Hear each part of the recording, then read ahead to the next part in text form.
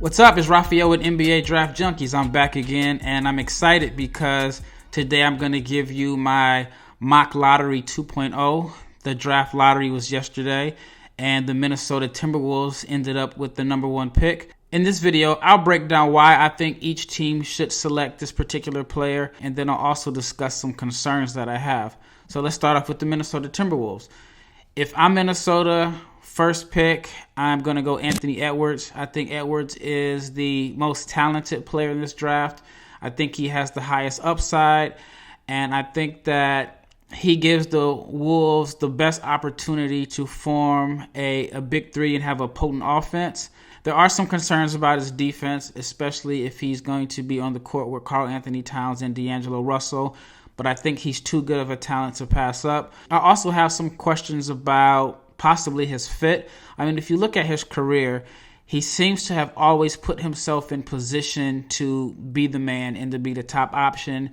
He didn't have a winning record in high school. He didn't have a winning record on AAU, and he didn't have a winning record at Georgia. And in my opinion, when you're in high school, you have the opportunity to pick your teammates and pick your situations. And the situations that he was in were situations that were handpicked for him. And I think they were more so designed for him to be the man and position himself to be where he is today as possibly the number one pick in the draft.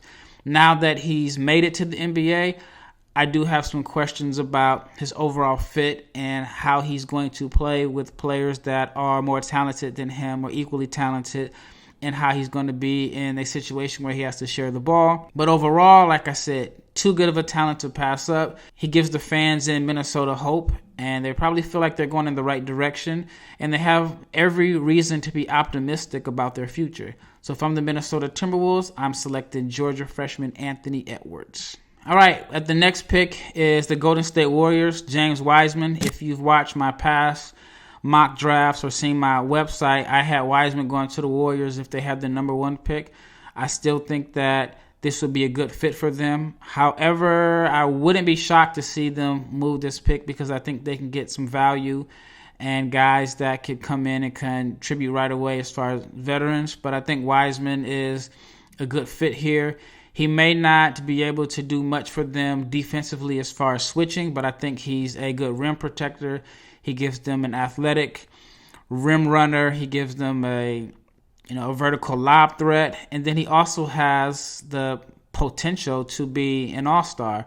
I think that he's a guy that can come in and get you about 10 or 12 points and maybe 10 rebounds in his rookie year on a team like this. There are some concerns about his defense and his effort, but who better to learn from than Draymond Green? I'm a big Draymond Green fan. I think that he's one of the smartest players in the NBA, and I feel like he's one of the players that has totally maxed out his talent. I mean, there are guys in the NBA who are more talented but not as successful as Draymond, and I think that comes with his hard work and his IQ, and I think Wiseman is fortunate to be able to go to a situation where he can learn from someone like Draymond and be in a situation or go to a team where they're looking to win now. So he may not develop some of the bad habits that other guys or other prospects have developed when they go to bad teams and there's really not a lot of structure in place. As far as the concerns are, obviously he just didn't have a lot of film. There wasn't a lot of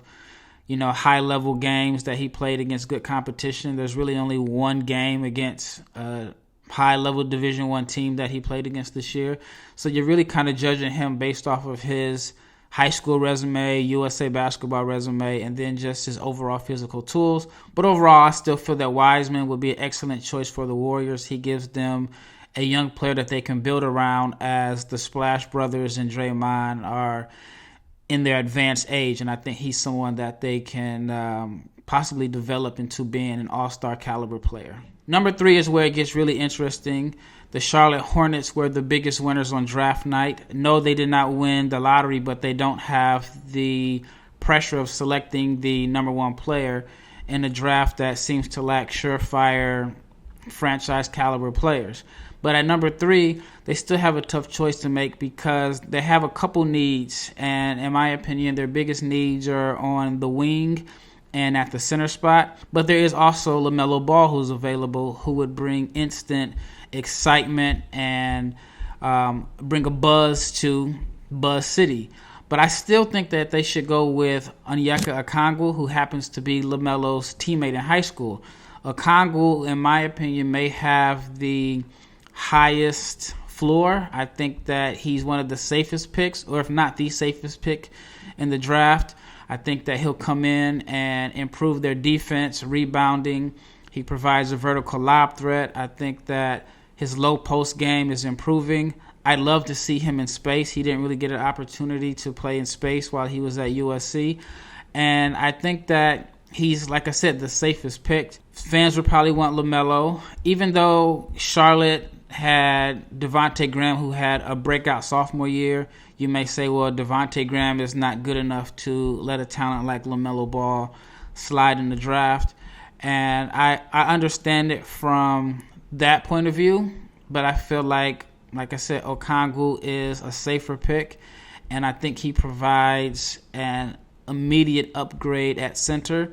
And I think he has a chance to be the best center, the best big that Charlotte has had since Al Jefferson. And if I'm Charlotte and I'm Michael Jordan, I'm going to choose the safe pick over LaMelo, who has the higher upside, you may say. And I also understand if Charlotte was to swing for the fences with LaMelo, I wouldn't be mad at them. But like I said, I'm going with the safe pick, and I'm going with Onyeka Okongwu, which leads to the number 4 pick in the Chicago Bulls. Chicago is in transition this summer. They have a new front office. They have a coach that has yet to be named yet. And I'm high on Chicago's pieces. I really like the talent that they have on their roster. It's just a matter of those guys staying healthy. I mean, Markkanen, Wendell Carter, and Otto Porter probably missed over 70 games combined this year. Zach LaVine is obviously their go-to player. He's coming off a good year where he averaged over 25 points a game. And then Kobe White had a monster second half of the season where he averaged nearly 25 a game and shot 40% from three. However, I'm not a big fan of those guys together in the backcourt. They're both score-first guys, and I think that the Bulls need to have some balance in their backcourt. I think White is kind of somewhat put in a box as a microwave scorer, off the bench guy, and I think LaMelo Ball would come in and he would help kind of balance out their offense. He's obviously an incredible passer. He has the size and length to be able to defend multiple positions. Now, whether or not he maximizes his defensive potential, that's a totally different story there, but I think that he would be a good fit. And, of course, he would bring some excitement to Chicago. He'd be the biggest star in the Bulls roster since Derrick Rose, even though they're totally different players, but I do think that he would create a buzz around the city. And if you're Chicago, the concern you may have about selecting LaMelo is he better than the guys that they already have there? I also am curious to see if the Bulls' new front office, what they would do with Zach LaVine. I've heard different rumors or read online that LaVine could be available in trades. Whether or not that's true or not, we don't really know. So there is some concern there with LaMelo because he may not be better than the guys they already have there. I do think he can play besides LaVine and Kobe White. I think he brings some balance and ball movement to the Bulls' offense. And if they can stay healthy and just get all their pieces together, I think Chicago has a chance to be a playoff team next year. I think they can easily slide into that 8th spot because I think that they may have a brighter future or more talent than the Orlando Magic, who are 8th right now. So from Chicago Bulls at number 4, LaMelo Ball would be my pick. All right, number 5, Cleveland Cavaliers. Cleveland is kind of, well, I'll just say it like this. Cleveland was probably the biggest loser on draft night. They had, if I'm not mistaken, off the top of my head, the 2nd or 3rd worst record in the NBA. I thought they would at least get a top 2 pick, and they fall down to 5. And at number 5, based off my draft, they missed out on an opportunity to grab the 2 best centers. And like I've said on previous posts, I do not think Andre Drummond is the long-term solution for the Cavs. Obviously, he's going to opt in this season because it makes the most sense financially, but I believe that he is out of their next offseason when he gets an opportunity to leave as a free agent. So selecting Wiseman or Okongwu would have been a good fit in my opinion. They also have issues at the guard spot. Even though they've drafted guards in the last few drafts, I'm not a big fan of their pieces. They're both, I'm referring to Darius Garland and Colin Sexton. They're both small guards that look to shoot first. The ball doesn't really move. They could look at Killian Hayes here, but I think the best pick for them would be Deni Avdija. I'm a big Avdija fan. I also am a big fan of ball-handling wings that can play both guard spots, and that's what Avdija does. I think that he can swing between the 3 and the 4. He's a good team defender. He rebounds well, and when he gets the rebound, he likes to push the ball.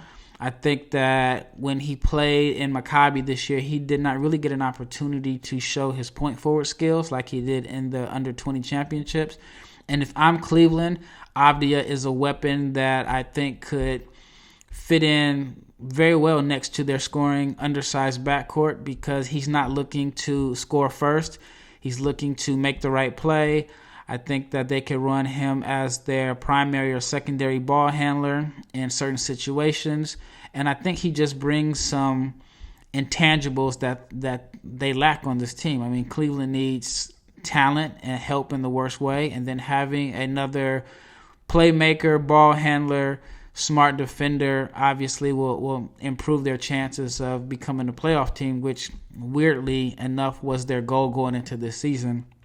I don't understand how anyone thought that they were a playoff team based off that roster, but on paper, at least that's what I read, that was their goal, and they only finished with like 19 wins if I'm not mistaken. But again, Avdija would be my choice. The concerns for Avdija are his shooting. He's an inconsistent outside shooter, and then his free throw shooting is also a big concern. I mean, he shot in the 50s. I do think the three-point shooting is there. I think he can be better. He has to be more consistent with it. I don't think his mechanics are broken. I don't think that it's like a big jump for him to become a better three-point shooter. And from everything I've heard about him, he puts in the work. So I'm high on Avdija, and I think he would be the best fit for Cleveland at number 5. Number 6, the Atlanta Hawks. If you've been following basketball, the Hawks were the worst defensive team in the league. They need a lot of help on the defensive end. Isaac Okoro would be my choice for the Hawks simply because he is one of the best defenders, if not the best wing defender in the draft. He's physical. I think he can defend multiple positions, maybe 1 through 4 in certain situations. He'll bring a toughness and physicality that the Hawks lack. Atlanta's defense was bad this year. They gave up, like I said, 120 points per game. They were missing John Collins for over 20 games. They haven't had an opportunity to play with Clint Capella, so they should be much improved with those guys playing a full season. And then Cam Reddish and DeAndre Hunter are a couple wings that they drafted last year as rookies. So, it's kind of hard to have a good defensive team when you have 2 rookies playing, and also with Trae Young, who is not known for his defense. But I think Okoro is a good fit there because, like I said, his defense, his physicality, and he'll bring a toughness that the Hawks lack. Concerns, his shooting. He's not a good shooter at this point. He's not a confident shooter at this point. And I think that his potential is totally based off of how he develops as a shooter. If he can develop as a respectable shooter, it would open up his game. I think that he's a strong driver. I think that he's a good passer. Especially for the wing, he's a decent ball handler. And shooting, if he can become a better shooter, a respectable shooter, I think the future in Atlanta is bright. But right now, short term, where he can help them out the most is improving the Hawks on the defensive end of the floor, where they were playing awful this season. Number 7, the Detroit Pistons. This is a no-brainer. Killian Hayes is the obvious choice here. Detroit, like Cleveland, may have been looking for a center, but they're not available based off of, my board. And Hayes, in my opinion, is the best point guard in this draft. I just think that the Bulls would select LaMelo ahead of him just because he's LaMelo Ball and the whole marketing aspect behind it. But overall, I think Killian Hayes is a better prospect because I see him as a two-way player. I mean, I think that he's a solid defender. I think that he has the potential to defend multiple positions, and he puts forth more effort on the defensive end. I think Hayes is an excellent playmaker. He has court vision and instincts that are really advanced for his age. And I also am buying into his potential as a scorer. He has good scoring instincts. He can put the ball in the cup and he can create for others. I don't know if he would be their starter on opening night because Derrick Rose is still there. And even though Rose is aging and he's not the Derrick Rose that we once knew in Chicago, he is still he's still a tough matchup. He's still explosive. He still gets to the basket. And I believe he put about 18 points a game. I don't think he's in Detroit's long-term plans, but I think that he is a person that Killian can learn from. Also feel like Detroit must re-sign Christian Wood this summer. And if they can have a lineup or a core of Rose, Hayes, a healthy Blake Griffin, along with Luke Kennard and last year's draft pick Sekou Doumbouya, then I think Detroit has a pretty promising future. The concerns for Hayes are his right hand. He's very, very left-hand dominant.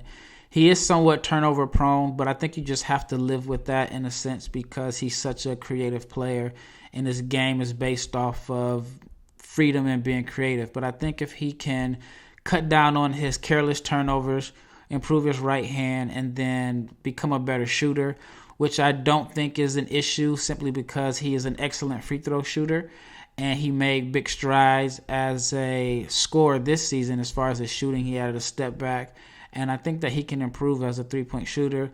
It may not come right away, but if he can knock down open shots and play a little bit off the ball because he does have the size to, I think that he becomes a major weapon for Detroit. So those are my concerns: his right hand, his decision-making, and his shooting. But overall, I think Killian Hayes is an excellent prospect for Detroit. Numero 8, New York Knicks. Man, I mean, talk about bad luck. Last year, the Knicks thought they were in position to land Zion. This year, they actually fell in the draft. I think they were projected to pick 6. They end up picking number 8. But it's not all gloom and doom, as some would say. Obi Toppin would be my choice here. I know the Knicks have like a ridiculous amount of power forwards on the roster, but I don't see any of them as long-term fits in New York. Also, I mean, let's just talk about it. Leon Rose was with CAA. He's now the president of the Knicks. Tom Thibodeau is a CAA client, and he is now the head coach of the Knicks. And Obi Toppin is represented by CAA. So I think there's a connection there that makes this somewhat of an obvious choice. Toppin, in my opinion, is the most ready as far as being an NBA player and ready to contribute right away on the offensive end. Defensively, there are a lot of concerns about him. And then, I understand if you're not a good defensive player, then that doesn't necessarily mesh well with Tibbs' reputation, but he did coach Karl Anthony Towns and led them to the playoffs. So he has worked with guys who aren't great on the defensive end, but I think Toppin comes in right away, and I just think that he should be able to score 15 to 20 points per game as a rookie. I don't know what they'll do with Julius Randle. You may see them run some smaller lineups with Randle at the 5, Toppin at the 4, and RJ Barrett. Obviously, New York needs a point guard, and they would have loved to have been able to get Hayes or Ball early in the draft. But I really feel like they're going to address their need for a point guard in free agency, whether it's Fred VanVleet or whether they make some type of trade for Chris Paul. I've mentioned it before. Chris Paul is a CAA client. I don't think he stays in Oklahoma City long term. As of now, they are down 0-2 in the playoffs, and it's just really not a situation where I see him being there long term. I think that CAA will want him to move into a bigger market, and if he goes to New York and has a similar impact on the Knicks like he had with the Thunder this year, then it is a win-win situation. He helps out his former agent. He helps out his coach, who is represented by CAA, who happens to be Leon Rose's former job, all this CAA connection, which I think makes sense. I mean, you may tell me that I'm tripping here, but I mean, it worked for the Knicks before. I mean, the last time the Knicks were good is when CAA had a strong hold on the franchise. Obviously, Phil Jackson didn't like that. He broke it up, and the Knicks haven't been good since. So I really think that the Knicks and Leon Rose are going to bring in quite a few CAA clients into Madison Square Garden. So, like I said, I wouldn't be shocked to see Chris Paul there. But back to Obi Toppin, I think that, like I said, he's the most ready player on the offensive end. I think that he's going to be like the rookie of the year, first team all rookie, short term. And let's talk about the concerns. Defensively, he is going to have a lot of issues defending in space and defending just overall in the NBA. But I think if you surround him with decent defenders, and I think they should be able to hide him a little bit. But it's still going to be an interesting fit. But like I said, Obi Toppin to the Knicks is something that I really see happening. So Obi Toppin at number 8 to the New York Knicks. Now let's move on to number 9. Number 9 is the Washington Wizards, and the only team that was worse than the Wizards on the defensive end of the floor was the Atlanta Hawks. Now, one thing the Wiz were able to do last year was put the ball in the basket. They had a top 5 offense with Bradley Beal, just putting up crazy numbers. I think he averaged around 30 points per game. And they had a top 5 offense without John Wall, who up until this year was pretty much the engine and the face of the franchise. Now, whether Wall comes back the same player or not is yet to be determined.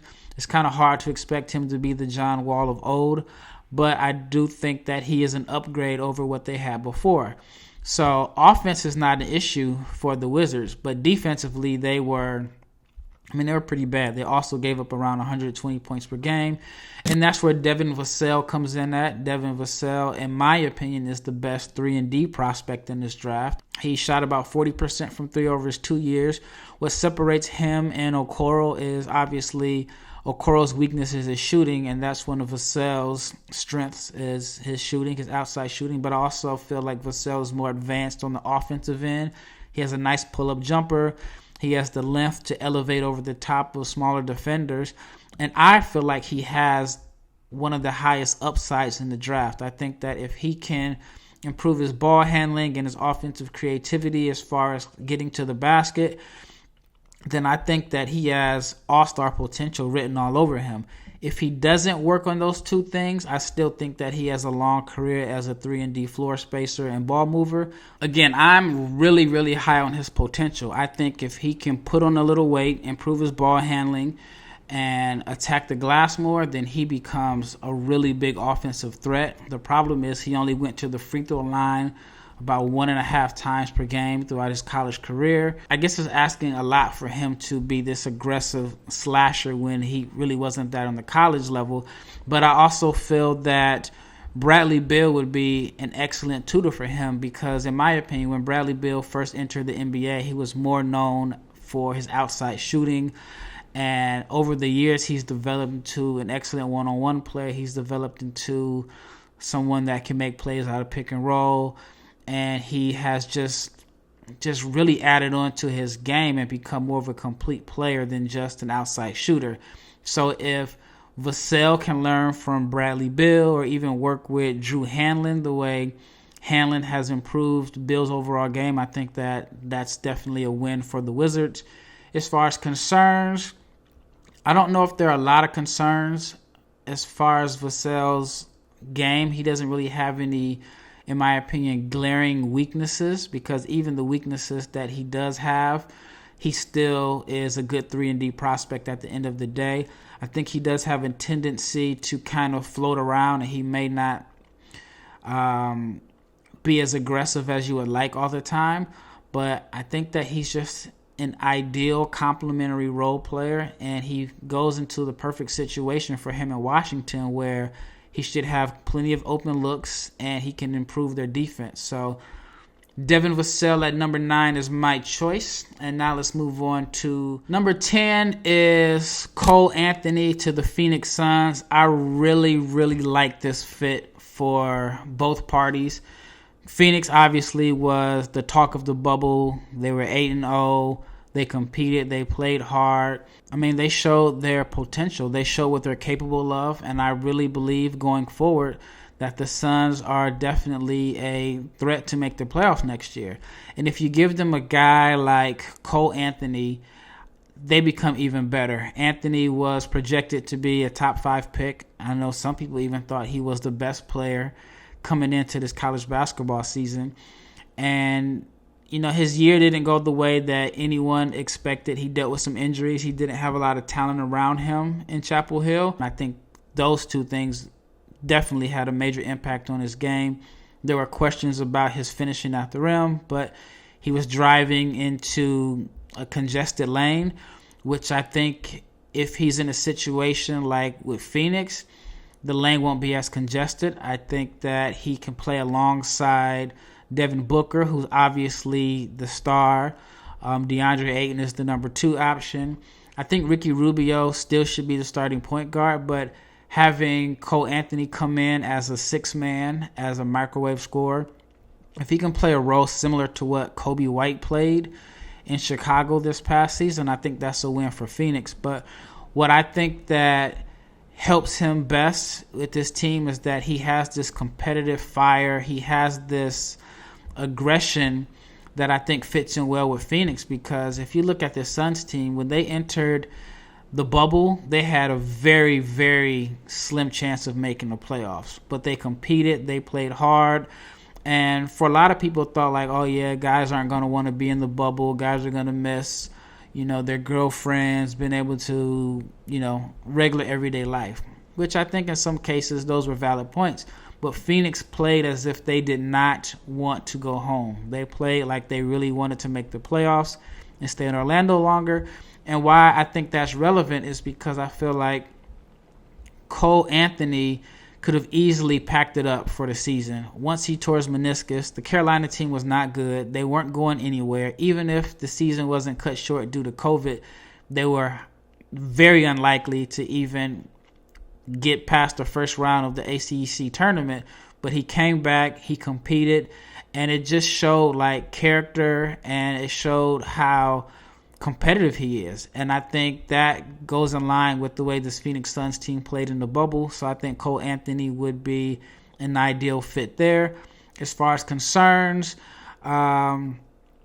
shot selection is a concern, and I think that his aggressiveness and confidence leads to him taking some tough shots. And maybe there are some concerns about how he would fit with Devin Booker and DeAndre Ayton, but I believe that they can work things out. I think that he can come in off the bench and provide instant offense and just kind of add a different dynamic to a Phoenix Suns team that is definitely on the rise. And the fans of Phoenix should finally have something to cheer about. I mean, Phoenix hasn't been good since Steve Nash left. And now this is an opportunity for them to at least compete for a playoff spot. I mean, the West is tough, and it's even going to be tougher next year with Golden State being back to being a championship contender. But again, Cole Anthony in Phoenix, in my opinion, is one of the most perfect fits for the 2020 NBA draft. All right, numero 11, Patrick Williams to the San Antonio Spurs. I think this is also a no-brainer choice. The Spurs have a lot of guards, and they're one of the teams that, to me, was surprising in the bubble. They played well without LaMarcus Aldridge. They got good guard play, and their guys are seeming to develop nicely, especially Derek White, who, in my opinion, could be the second best point guard in the 2017 draft class, but that's a totally different subject. But yeah, they have a lot of reasons to be optimistic in San Antonio. Coming into the bubble, I didn't think so, but Pop seems to have found a good solution, and he was playing DeMar DeRozan at like the 4, and he was playing like point forward sometimes. So I think the Spurs situation isn't as bad as I thought. I think Patrick Williams could come in and, play the 3 and the 4 for them, although I think long-term his best position is at the 4. And I know him going to San Antonio is going to draw some comparisons to Kawhi Leonard. They're similar in size. Kawhi Leonard was more so of like a rebounding 4 coming out of college. Nobody saw him developing the way he did. But the Spurs are known for just kind of developing guys that are higher than where they were drafted. Obviously, they haven't been in the lottery since Tim Duncan, but Kawhi definitely outplayed his draft selection. Same with Tony Parker, same with Manu Ginobili. And although that was years ago, almost like 20 years ago, I still think the Spurs development staff is one of the best in the league. So Patrick Williams would go to a situation where he can come in and provide help on the defensive end and also just work on his shot. I think that if he can improve as a three-point shooter, it will open everything else. He can attack the rim on straight line drives. He's comfortable with the pull-up jumper. I think he can defend multiple positions. And what I like about him is his age. He's really young. I think he's the second youngest player in the draft. He just turned 19 a couple of weeks ago.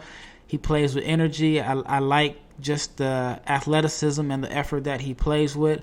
And I think Florida State players translate pretty well in the NBA. So if I'm the Spurs, Patrick Williams at 11 is my choice. As far as concerns, I just think there are concerns with his outside shot right now, but I don't think that's a major concern. I think he is also a pretty safe pick in this draft. So once again, San Antonio Spurs at 11 with Patrick Williams from Florida State. All right, at 12, this is the toughest choice. The Sacramento Kings are somewhat of a mess. I mean, before the season was cut short due to COVID, I thought the Kings were playing their best basketball, and then they just weren't able to maintain that momentum when they got in the bubble.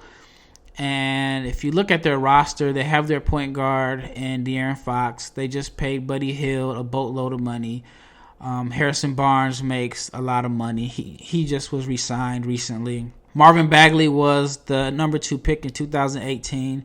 Even though Vlade Divac isn't there, I do think they want to put him in the best position to succeed, because no matter what Marvin Bagley does going forward, he will forever be known as the guy that was selected ahead of Luka Doncic and Trae Young. So I think the Kings are going to try to put him in the best position to succeed, to prove that it wasn't that big of a mistake. But in order for Bagley to get that opportunity, he has to stay healthy.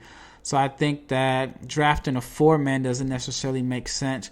Possibly a 5. I don't think Bagley is a 5. But at this point in the draft, there aren't really any 5s that are worthy of a lottery pick.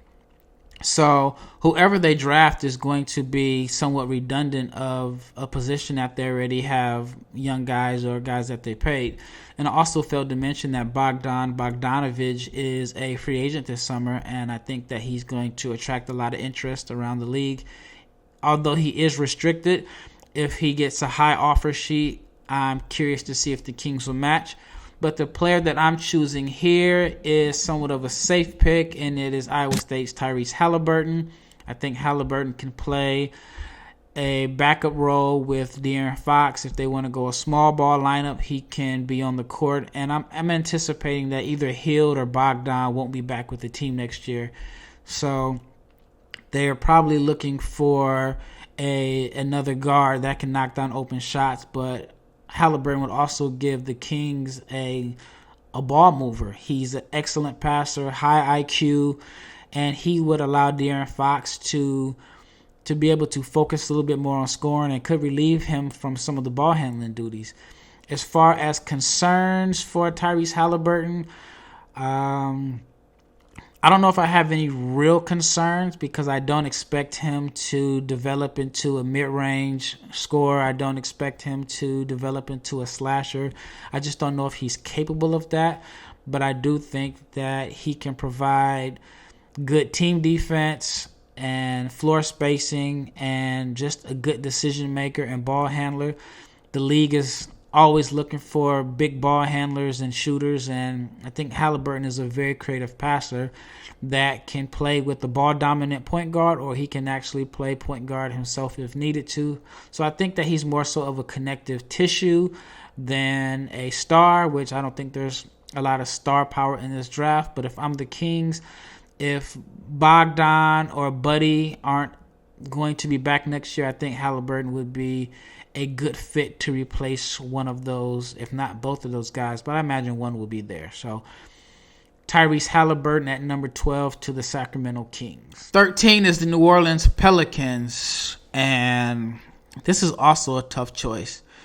The Pelicans were, in my opinion, the biggest disappointment of the season. Some of it wasn't their fault. I mean, they came into the year with high hopes for Zion. He missed a significant amount of time due to injury. I thought Brandon Ingram made the jump. I feel like Lonzo Ball, for the most part, improved.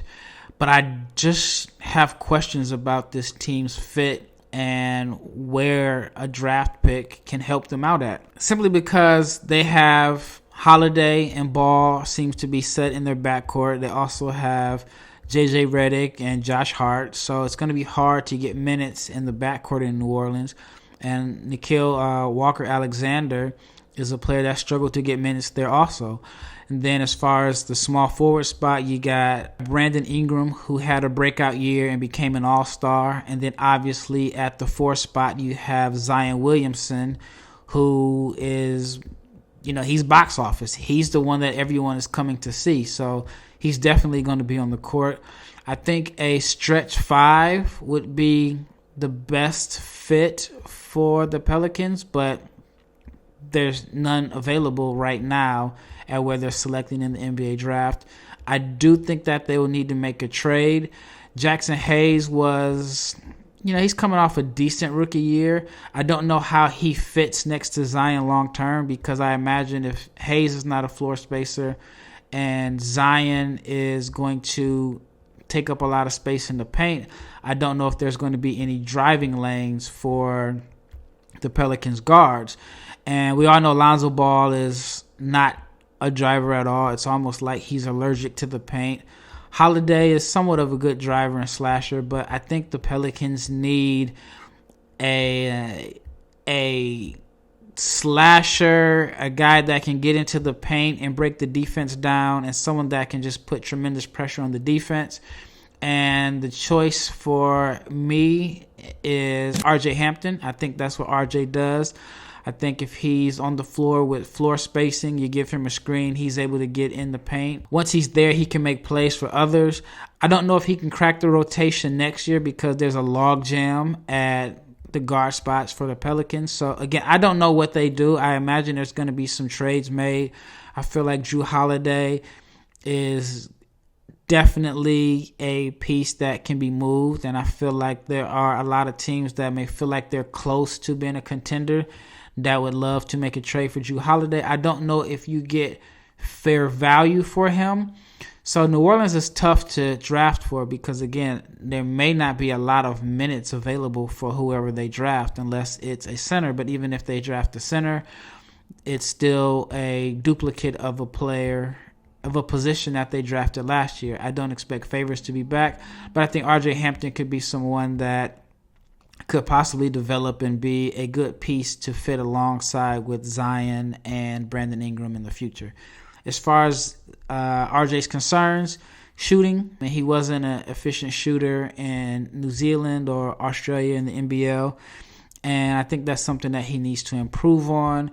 There are some questions about what is his natural position. Is he a 1? Is he a 2? I just think he's a ball player, and I think that it's tough to find someone with his size, speed, athleticism, and defensive potential. So if I'm the Pelicans, I'm taking RJ Hampton at number 13. And lastly, with the 14th pick, it's the Boston Celtics. Now, I imagine Boston was not expecting to be picking 14th. They probably expected the Memphis Grizzlies, whose pick this originally is. They expected Memphis to be one of the worst teams in the NBA.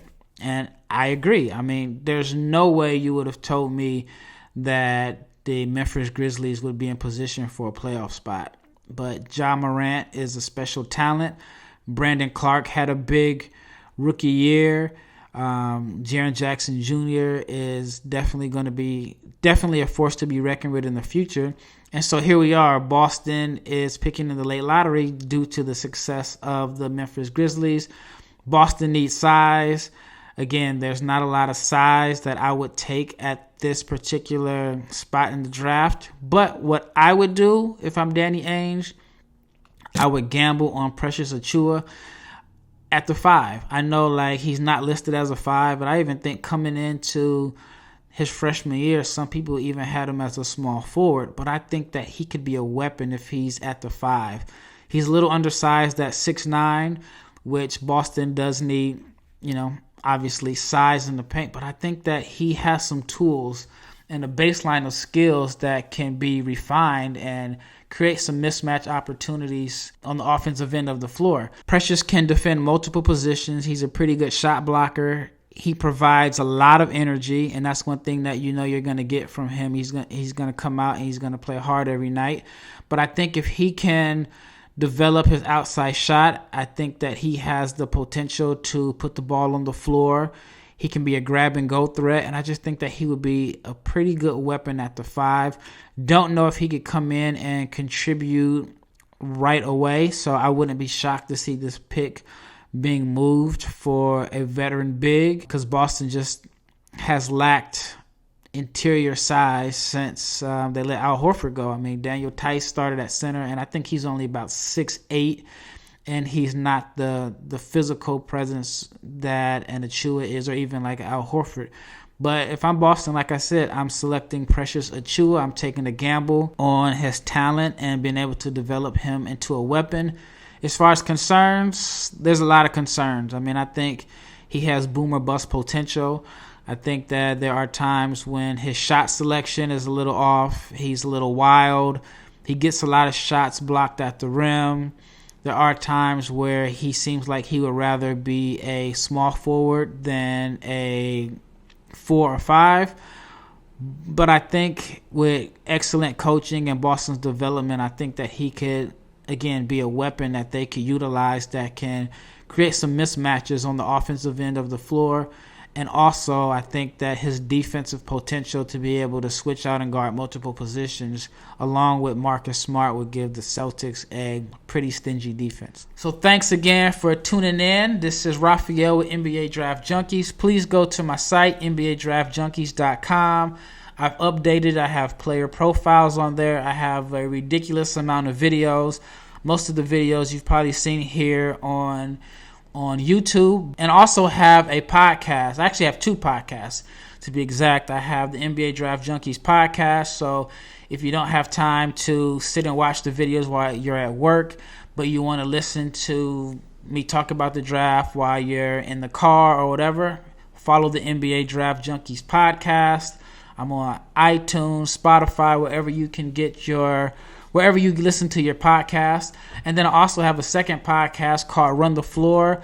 It is a general basketball podcast. A lot of times it'll be me and my brothers, but I'll have different guests on there. I love talking basketball, obviously. And when I started my NBA draft website and my draft podcast, I felt like I was somewhat in a box where I could only really talk about the draft. And so I didn't want to have people who are just looking for draft content have to listen to other basketball talk and different guests. I just decided to create a second podcast. Again, it's called Run the Floor. It's also on Apple and Spotify. But thanks again for everybody that has tuned in, whether you're listening on the podcast or watching on YouTube, or you found out about my site through Google and you went on the website or whatever.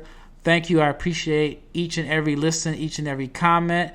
I am still going to try to reach my goal of having over 100 videos for this 2020 NBA draft class.